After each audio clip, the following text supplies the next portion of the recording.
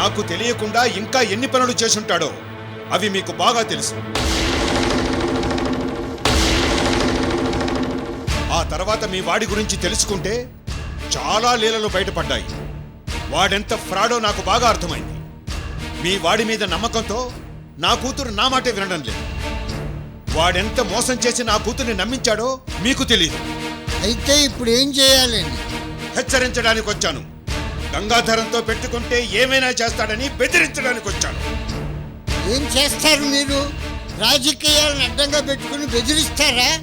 బెదిరించడం కాదు, అవసరమైతే మీ కుటుంబాన్ని మొత్తం అడ్రస్ లేకుండా చేస్తాను.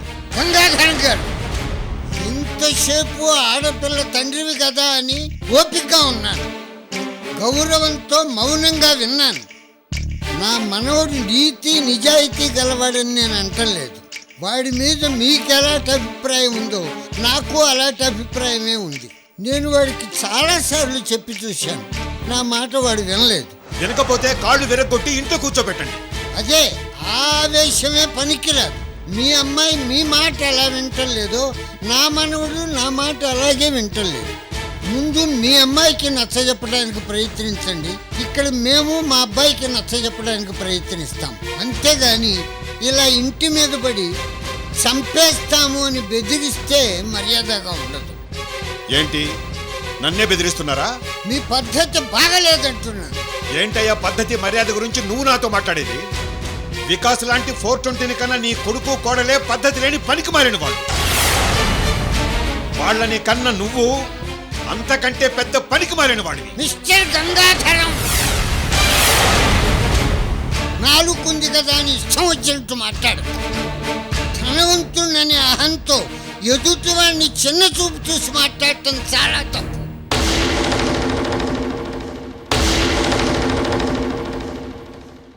నా మనోడు తప్పు ఉందని ఇంతసేపు ఊరుకున్నాను. నీ ఇంటికి నువ్వు పెద్ద అయితే నా ఇంటికి నేను పెద్దని. ఎవరికి ఉండాల్సిన గౌరవం వారికి ఉంటుంది. ముందు నీ కూతుర్ని పద్ధతిగా ఉండమని చెప్పు, నీ కూతుర్ని హద్దుల్లో ఉండమని చెప్పు. అంతేగాని ఇలా ఇంటికి వచ్చి బెదిరించినంత మాత్రాన ఎవరు భయపడరు. పిల్లలు పెద్దవాళ్ళు చెప్పినట్లు వింటే ఈ రోజున మీరు మేము ఇంత గొడవ పడాల్సిన అవసరం వచ్చేది కాదు. మీ అమ్మాయి మీ మాట వెనకపోవడం, మావాడు నా మాట వెనకపోవడం వల్ల ఇంత దూరం వచ్చింది.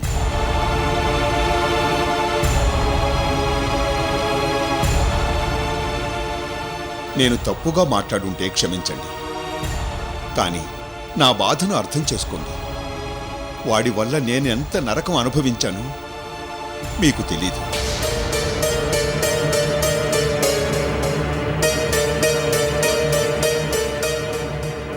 ఇన్ని రోజులు మీ వాడు చేసిన మోసాలు నా కూతురికి తెలియజేస్తే సరిపోతుందని ప్రయత్నాలు చేస్తూ వచ్చాను. కానీ వాడు తెలివిగా నన్ను మోసం చేస్తూనే ఉన్నాడు. ఆ మోసాన్ని నా కూతురు తెలుసుకోలేకపోతుంది. వికాస్ మోసగాడని తెలిసి నేనెలా పెళ్లి చేయగలను? అందుకే పెద్దవాళ్లైన మిమ్మల్ని ఒక్కసారి హెచ్చరించి వెళదామని వచ్చాను. ఎలాంటి పరిస్థితుల్లోనూ వికాస్ని నా అల్లుడుగా ఒప్పుకోను.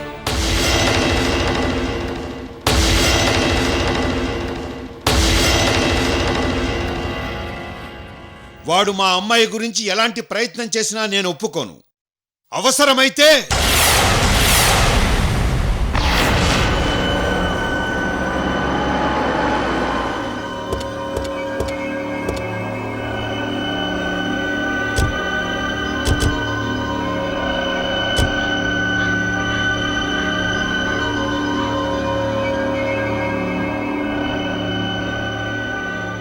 నానా, ఈ కార్ గంగాధరం అంకుల్ది. ఆయన వచ్చారా ఏంటి?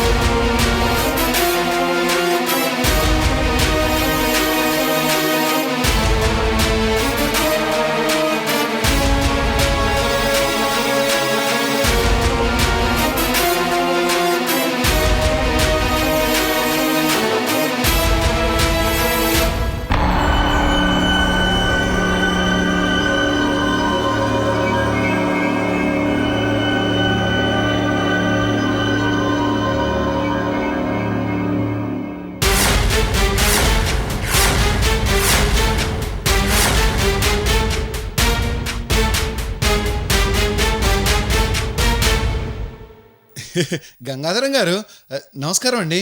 నమస్కారం అండి. నమస్తే అంకుల్.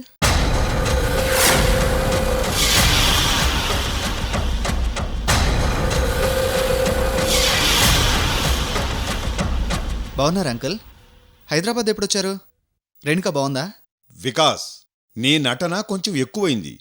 నేను హైదరాబాద్కు వచ్చిన సంగతి నీకు తెలుసు.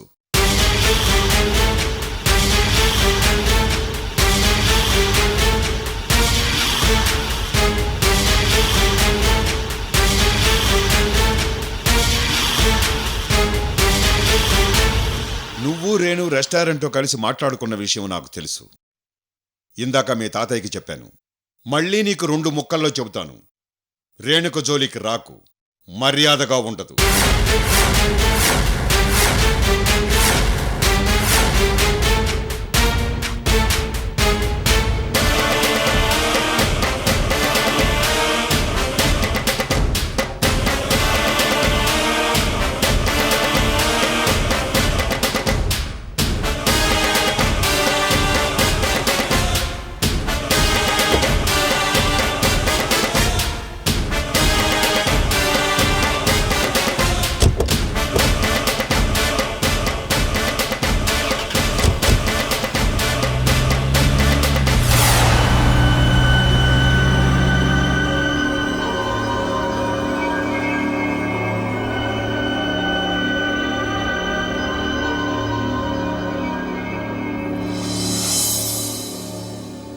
ఏమండి, గంగాధరం గారు ఎందుకు వచ్చారు?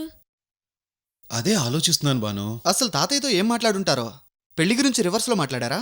రేణుకని మర్చిపోకపోతే పరిస్థితులు తీవ్రంగా ఉంటాయని హెచ్చరించడానికి వచ్చాడు.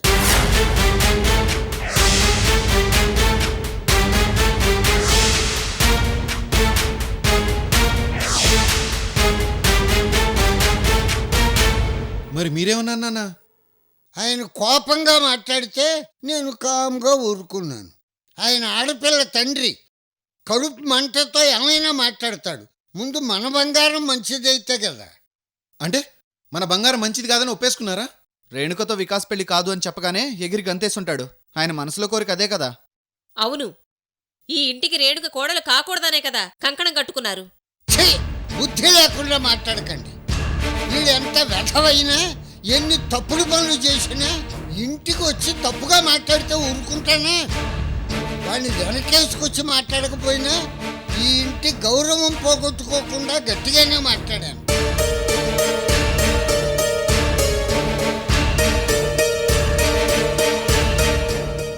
కానీ ఒక్కటి మాత్రం చెబుతున్నాను, గంగాధరం వికాస్ని ఎట్టి పరిస్థితుల్లోనూ అల్లుడుగా ఒప్పుకోడు.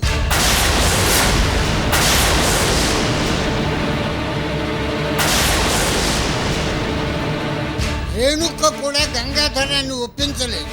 రే వికాస్, ఇప్పటికైనా నా మాట విని మర్యాదగా రేణుక మనస్సులోంచి తప్పుకో.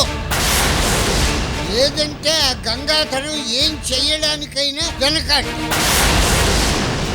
చిచ్చి, మీ వల్ల మొట్టమొదటిసారి నా ఇంట్లోనే నేను తప్పు చేసిన వాళ్ళ ఇంకోళ్ళ ముందు తలదించుకోవలసిన పరిస్థితి ఏర్పడింది.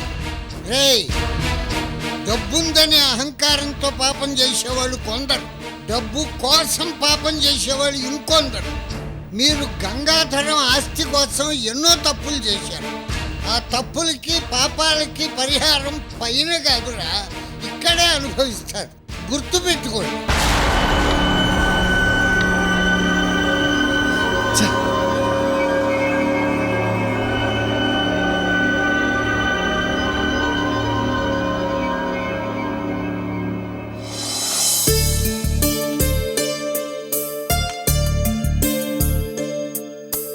అమృత, కొంచెం ఉప్మా వేసుకో. చాలు సాగర్. పర్వాలేదు, తిను అమృత.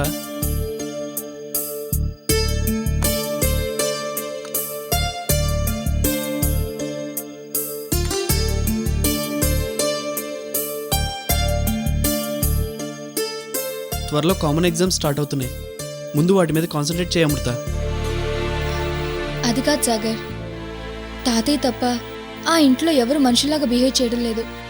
అవుట్ హౌస్లో క్షణ క్షణం నాకు భయంగా ఉంది సాగర్. మనుషుని తినే రాక్షసులు మేనేటర్స్ లాగా వీళ్ళు డబ్బు తినే రాక్షసులు, మనీ ఈటర్స్. డబ్బు కోసం ఏదైనా చేస్తారు, ఎంతకైనా తెగిస్తారు.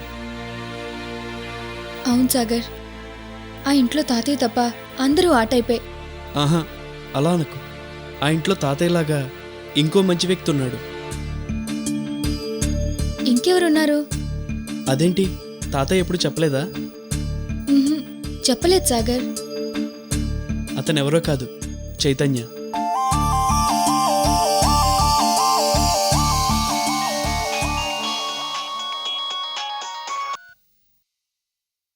Hi Chaitanya. How are you Sagar? Fine, thank you. Just నీ గురించే మాట్లాడుకుంటున్నాం, ఇంతలో నీ కాల్ వచ్చింది. ఓ నైస్. సాగర్, ఈ మధ్య ప్రాజెక్ట్ వర్క్ మీద బిజీగా ఉండి ఫోన్ చేయలేకపోయాను. It's okay. న్యూ ఇయర్ ఎలా ఉంది? New ambitions, new decisions. అలాంటివేమీ లేవు, ఏదో అలా గడిచిపోతుంది అంతే. బై అమృత ఎలా ఉంది? అమృతానా?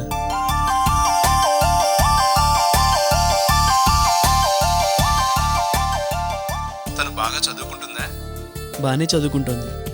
సాగర్, అమృత డ్రీమ్స్ ఫుల్ఫిల్ కావాలంటే మా తాతయ్య ఒకడి వల్లే కాదు, నీ సపోర్ట్ కూడా కంపల్సరీ కావాలి. తప్పకుండా చైతన్య. ఆ, అమృత ఇక్కడే ఉంది, మాట్లాడతావా? నో నేను తర్వాత మాట్లాడతాను. సాగర్, ప్రాజెక్ట్ వర్క్ ఫినిష్ అయింది, ఇక నుంచి రెగ్యులర్గా ఫోన్ టచ్లో ఉంటాను, సరేనా? అలాగే. బాయ్ సాగర్. బాయ్ చైతన్య. సాగర్, ఇప్పుడు మాట్లాడింది వికాస్ తమ్ముడు చైతన్య. విచిత్రంగా ఉంది కదా, ఇప్పుడే తన గురించి మాట్లాడుకుంటున్నాం, ఇంతలో తన దగ్గర నుంచే ఫోన్ వచ్చింది.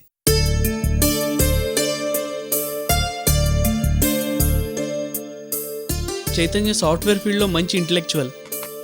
ఓ పెద్ద సాఫ్ట్వేర్ కంపెనీలో జాబ్ వచ్చి 3 years బ్యాక్ యూఎస్ వెళ్ళిపోయాడు. మరి నా గురించి ఎలా తెలుసు? చైతన్య ఫోన్ చేసినప్పుడల్లా నీకు చెప్దాం అనుకుంటున్నాను, మర్చిపోతున్నాను. పోనీ ఇప్పుడు చెప్పు సాగర్. నిన్ను సూసైడ్ అటెంప్ట్ నుంచి కాపాడి నా రూమ్కి తీసుకొచ్చాను. ఆ తర్వాత నీకు ఎలా దారి చూపించాలో నాకు అర్థం కాలేదు. ఆ రోజు రాత్రంతా ఆలోచించాను. వికాస్ వల్లే నీ లైఫ్ స్పాయిల్ అయిందని, వాడితోనే నీ లైఫ్ సరిదిద్దాలని నేను నిర్ణయించుకున్నాను.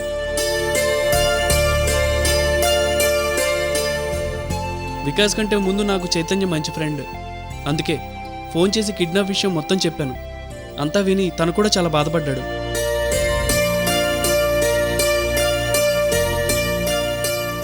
తాతయ్యతో మాట్లాడి నిన్ను ఇంటికి తీసుకెళ్ళమని, నీకు ఏ ఇబ్బంది లేకుండా చూడమని నాకు సలహా ఇచ్చింది కూడా చైతన్య.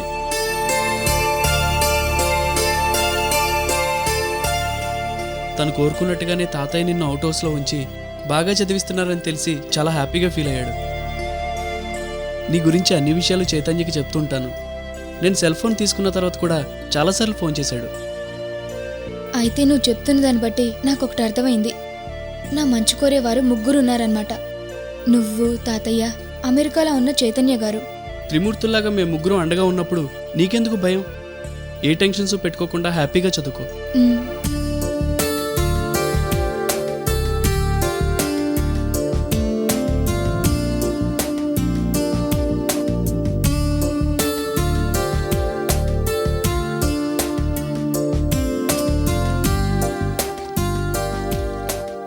అమృత, ఈ పనులన్నీ నీకెందుకు? నేను క్లీన్ చేసుకుంటాను కదా. పర్వాలేదు సాగర్.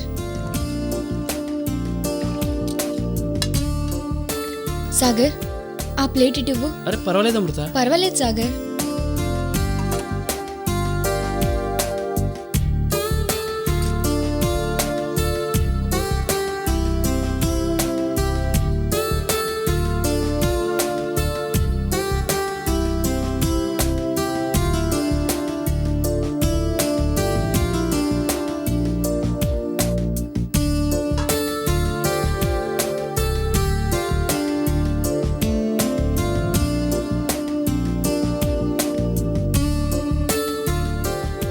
సాగర్, ఇక నేను బయలుదేరుతాను. అమృత, రేపు నాకు హాలిడే.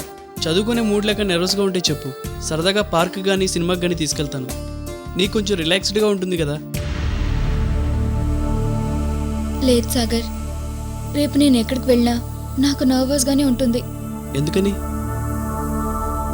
ఎందుకంటే రేపు నా పుట్టినరోజు.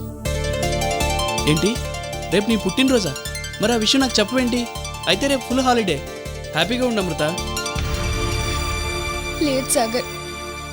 అమ్మా నాన్నకు దూరంగా వాళ్ళు లేకుండా వస్తున్న మొదటి పుట్టినరోజు ఇది. నా పుట్టినరోజుకి నాన్న ఎంత హడావుడి చేసేవారో తెలుసా? అర్ధరాత్రి 12ంటికి నన్ను నిద్రలేపి అమ్మ, నాన్న, నందిని ముగ్గురు కలిసి నాకు విషెస్ చెప్పేవారు.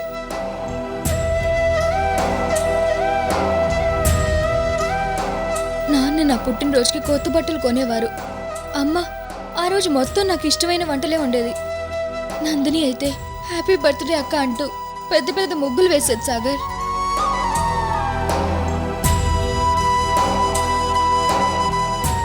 మా ఇంట్లో అన్ని పండుగల కంటే పెద్ద పండుగ నా పుట్టినరోజే సాగర్.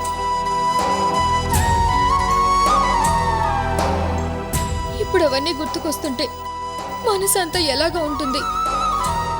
వాళ్ళందరికీ దూరమై వాళ్ళు లేకుండా నేను పుట్టినరోజు ఎలా జరుపుకోగలను సాగర్?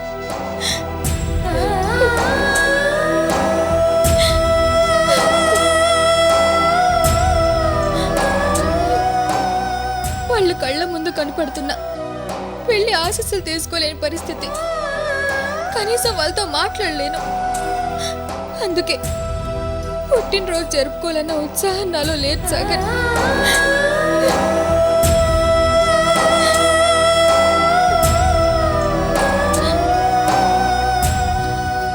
అయినా రేపు నాకు బయటికి రావడం కుదరదు సాగర్. ఎందుకు? రేపు ఇంట్లో ఎవరు ఉండరు. తాతయ్యతో పాటు వికాస్ ఫ్యామిలీ మొత్తం వాళ్ళ రిలేటివ్స్ మ్యారేజ్కి వెళ్తున్నారు. నేను ఇంట్లోనే ఉండాలి. సరే, నీకు ఇష్టం లేకపోతే వదిలే. ఈ పుట్టినరోజుకు మాత్రం మీ అమ్మా నాన్న నీతో లేరని తలుచుకొని బాధపడకు. సంతోషంగా ఉంటాను ట్రై చేయి. అలాగే ట్రై చేస్తాను. బాయ్ సాగర్. బాయ్.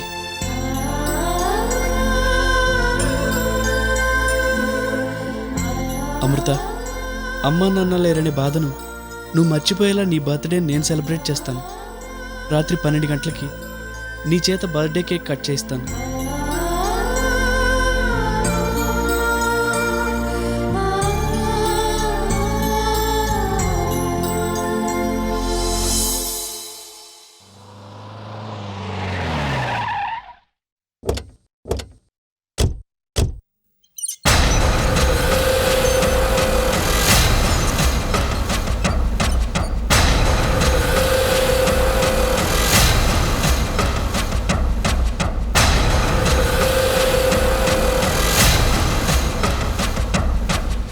రేణు, ఢిల్లీకి వెళ్తున్నావు, రెడీ అవ్వు. సారీ డాడీ, నేను ఢిల్లీకి రాను. రేణు, అవును డాడీ, వికాస్ ఎలాంటి వాడో మీరు ఎన్నోసార్లు టెస్ట్ చేశారు. దానికోసం అబద్ధాలు చెప్పారు, మోసం చేశారు. వికాస్ని నా నుంచి దూరం చేయడానికి అన్ని ప్రయత్నాలు చేశారు. మీ అల్లుడయ్యే అర్హత ఉందని వికాస్ ప్రూవ్ చేసుకున్నాడు డాడీ. దేనికైనా ఓ లిమిట్ ఉంటుంది డాడీ. ఆ లిమిట్ దాటి మీరు దూరం వెళ్ళిపోయారు. ఇప్పటికైనా మీరు నిర్ణయం మార్చుకోండి. వికాస్ని ఒప్పుకుంటారా లేదా?